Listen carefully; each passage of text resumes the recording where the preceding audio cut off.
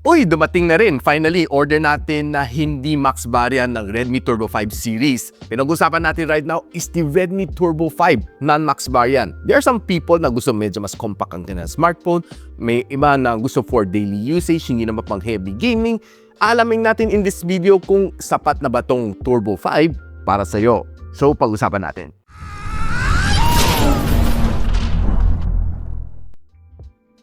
So makita natin si Redmi Turbo 5 kanyang box is almost the same sa Turbo 5 Max. Turbo 5 din nakasulat dito sa gilid. And ang binili ko is the color white variant. Medyo pang nostalgic no kasi yung Redmi Turbo 4 ko, binili ko is the color white. Medyo sporty look yun no. So nakasulat dito Redmi, SIM ejector tool, meron siyang user guide, meron siyang jelly case, halos same color lang sila ni Turbo 5 Max, grayish. And nandito yung phone. Meron tayong charging cable, and meron nito 100 watts na fast charging brick.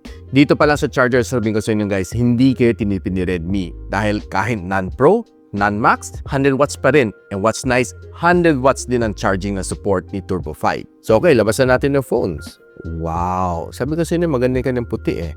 And probably if you're one of my followers, alam nyo na hindi ako mahilig sa puti. Pero this time around, ibahin natin si Turbo 5. Ang linis ng kanyang color and medyo reminisce sa Redmi Turbo 4 na binili ko no, na color white din. Ganda tino guys oh. Red yung kanyang ring and meron pang Redmi na red na nakasulat dito. Traditional is either white or black pero pula siya ngayon this time around. O diba ang linis tingnan. And by the way guys, yung Redmi Turbo 5 na 12256, nabili ko to for 20,000 pesos and it can go as low as 19,000 pesos during mga payday sale or mga double-digit sale. Just simply check the link on the description box na nilagay natin or just simply click the YouTube shopping link na binigay ko sa inyo dahil time to time during mga sale, namimigay din ng voucher yung mga links natin. Huwag na kayo paligoy-ligoy kasi mga official links na nilalagay natin, mga verified natin yan. Iwas tayo scam kasi sobrang dami nilang scammer. Paiba-iba lang sila ng pangalan ng store pero basically sila pa rin yun. Doble ingat lang.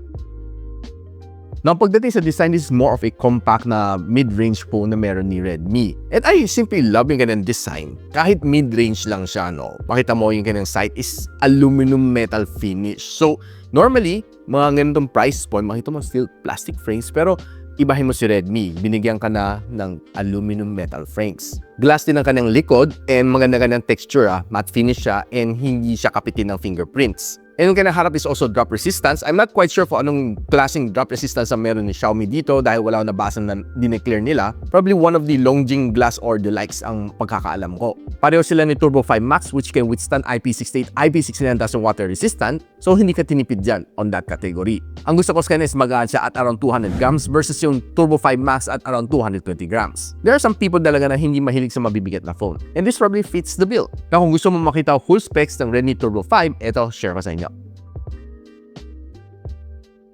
Now, one of the things na gusto ko dito sa kanya is on everyday na multitasking. Wala ka maging problema dito. Smooth naman dito thanks to its 120Hz screen refresh rate. Pero on top of that, ang dami kong ginawa dito. Be it ChatGPT, mag-edit sa CapCut, or simply maglaro ng AAA games. Lahat yan nagagawa ko dito sa phone na ito nang walang hiccups. Hindi ka mabibitin sa phone na ito. Dahil this one is being powered by the MediaTek Dimensity 8500 Ultra. It's a 4nm chip na bagong-bago pala sa market. And probably this is the first time na na-try ko tong chip na ito. Powerful siya and I would say medyo naglundag siya from the 8400 which alam naman natin capability nun. And in terms of benchmarking, hindi ka rin mabibitin. Yun guys, 2.3 million ang nakuha ko dito sa kanya. Which can probably match yung mga likes ng Snapdragon 8 Gen 3 or 8S Gen 4. And if you want to check the other benchmark na ginawa natin, ito, share ko sa inyo. Now, in terms of battery, di hamak mas malaki yung max. This one has a 7,650 mAh na battery. Pero ang ganda sa kanya guys, kaya na mag-charge up to 100 watts. Hindi ka binitin ni Xiaomi dito on this phone. Kaya din na mag 27 watts sa reverse wired charging. Pero honestly, given na this is a silicon carbon battery, malaki ang kanyang battery size without adding the weight. 7,650 is still a really huge na battery size now for a smartphone like this compact size. And on day-to-day usage, I would say na 2 araw, walang problema dito sa phone na ito. Basta huwag ka lang babad sa gaming, huwag ka lang babad sa pagkuha ng video. 2 whole days, I would say na kayang-kaya na lumipas. Lalo na kung mga taong mahilig mag-travel, wala kang makita mga charging port, or tamad ka magdala ng power bank, I think this phone makunat siya. And nung tinesting ko siya, kulang-kulang 24 hours ang binigay sa akin na screen on time dito ni PC Mark Battery Stress Test. So, sold.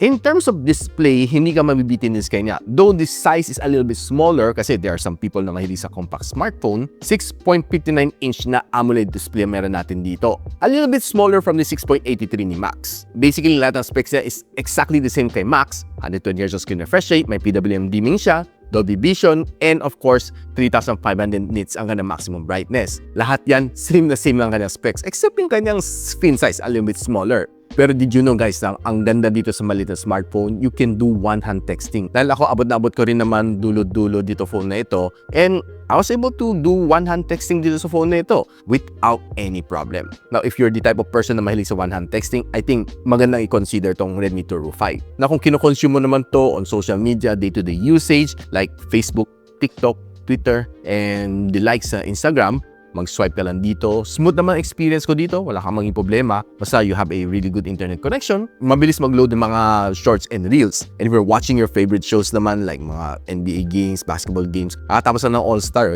one of the videos na pinad ko dito, smooth na smooth, maganda ang kanyang resolution. Maganda naman AMOLED display na dito Wala kang maging problema. And on top of that, there's a new feature dito. Yung mga apps na gusto mo ilagay sa high refresh rate, pwede mo siya i-turn on or i-turn off. Normally ako ito-turn on ko na lang lahat para wala akong problema. Yun na lang din ang gawin ninyo guys. Now since this one has a stereo speaker, pakinggan na natin kung gaano kalakas ang kanyang sound. Magustuhan ko nga ba o hindi? Dahil compact nga siya. So baka pati yung sa kanyang sound is smaller kasi mas compact. Pakinggan natin. Well, honestly, yung kanyang sounds, halos hindi sila nagkakalayo ni Turbo 5 Max, no? Malakas, vibrant ang kanyang sound. So sound tripping, okay. Now, gusto natin isagad ang phone na ito into doing some games. Now, pagdating sa gaming, you can turn on yung kanyang light dito. Ditong dalawang ring niya magkakaroon ng ilaw. There's a lot of colors to choose from. And there's a lot of colors na pwede mong pilihan dito, which isa-isahin natin ipakita ko sa inyo. So, we have color white, red, orange, yellow, green, light blue, dark blue, and purple. So guys, ano nang tipuhan niyo dito? Let me know in the comments. So pwede siya pang notification, pwede pang naglalaro ka, nakailaw siya, depende no, court, nakatawbang phone mo, iilaw siya pang may notification. So depende sa settings mo. Most likely, yun ang wala ni Poco X8 Pro in case na lumabas siya this coming March. And so, naglaro ako ng 4 na title dito. Call of Duty Mobile, Genshin Impact, Wuthering Waves, and Where Winds Meet. Pagdating sa Call of Duty Mobile, expect to give you a really good and smooth experience. 120 FPS na achieve naman natin. Wala kang maging problema sa kanya. And it was really a good experience. Though it's a compact smartphone, so medyo mas malit ang iyong view. But nevertheless, it doesn't affect yung aking gaming experience. Okay naman ang kanyang touch response, mabilis. Yung sounds is okay. Probably if you want a more immersive experience, magkabit ka na lang ng TWS or other Bluetooth devices sa meron ninyo, or pwede mo i-connect na sa loudspeaker if you like to give you a better gaming experience pagdating sa sound. Pinakamainit na inabot ko is just only 35 degrees Celsius. Pagdating sa Genshin Impact, 60 FPS na inabot natin dito, no? Pero it was really consistent naman all throughout. Halos nag-drop lang siya sa 57-58, which is no big deal. And okay naman ka na touch response. The gameplay was really smooth kahit heavy battles na, no? I would tell you na, uy, still goods. Wala kang maging problema sa kanya, no? Kahit medyo nagka-clash na, consistent pa rin siya nasa 57 to 58 FPS. Pinakamainit na inabot ko dito is just 42 degrees Celsius. Pagdating naman sa Wuthering Waves, umabot din ako ng 120 FPS. Pero pagdating sa clash and mga heavy battles na, lalo sa mga boss, no?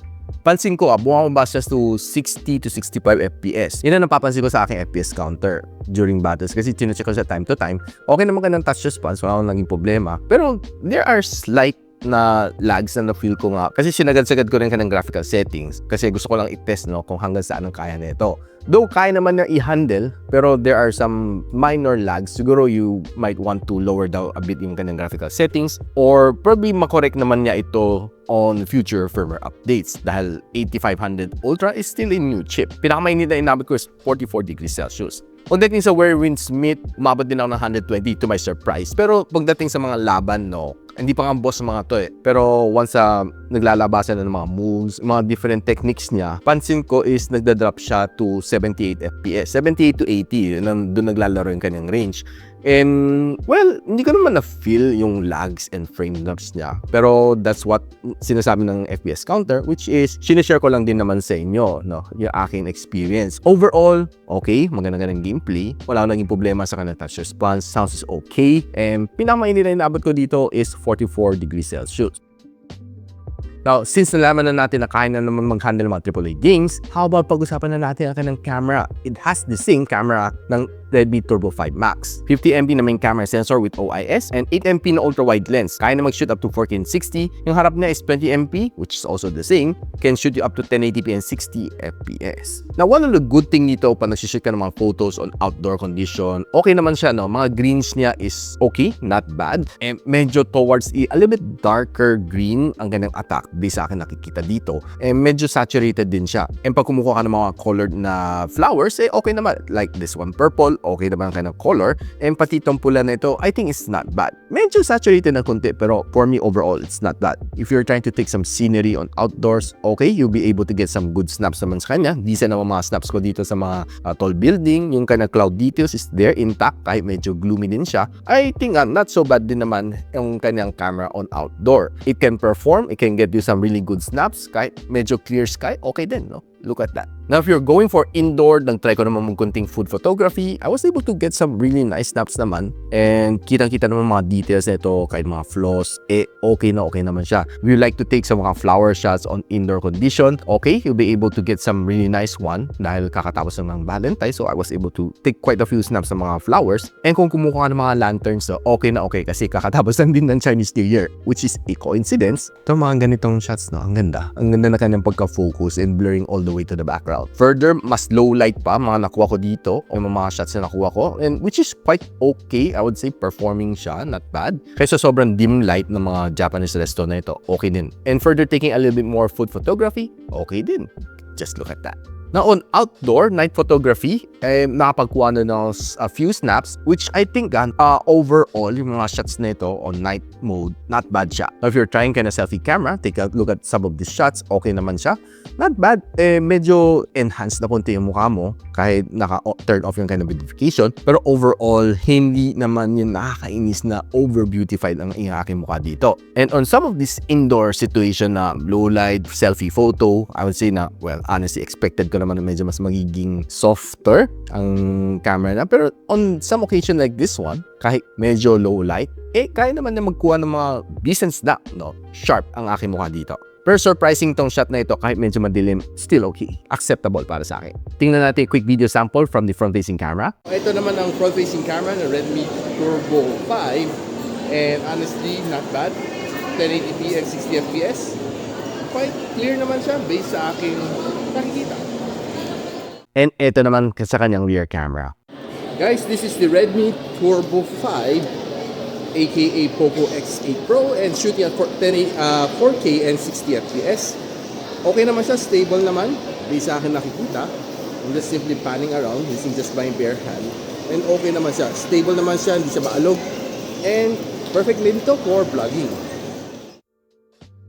Now guys, ano masasabi ko dito sa phone nito? Probably if you're asking kung gagana ang 5G dito, sad to say, ang 5G hindi gumagana dito dahil this is a 5G na SA, a Globe and Smart is 5G na NSA. So hindi pa sila nagko-comply, so sorry na lang. Si dito, gumagana ang 5G na dito. That's a tested ko dito sa phone na ito. Now, kamusta naman ang overall experience ko dito sa Redmi Turbo 5? I would say na it's really a good, compact na mid-range na smartphone. Lahat ng gusto mong gawin, kaya mong gawin dito without the extra bulk na weight. Though the battery is still a little bit smaller than the 5 Max, pero there are people na okay na kasi mag-a-add naman siya.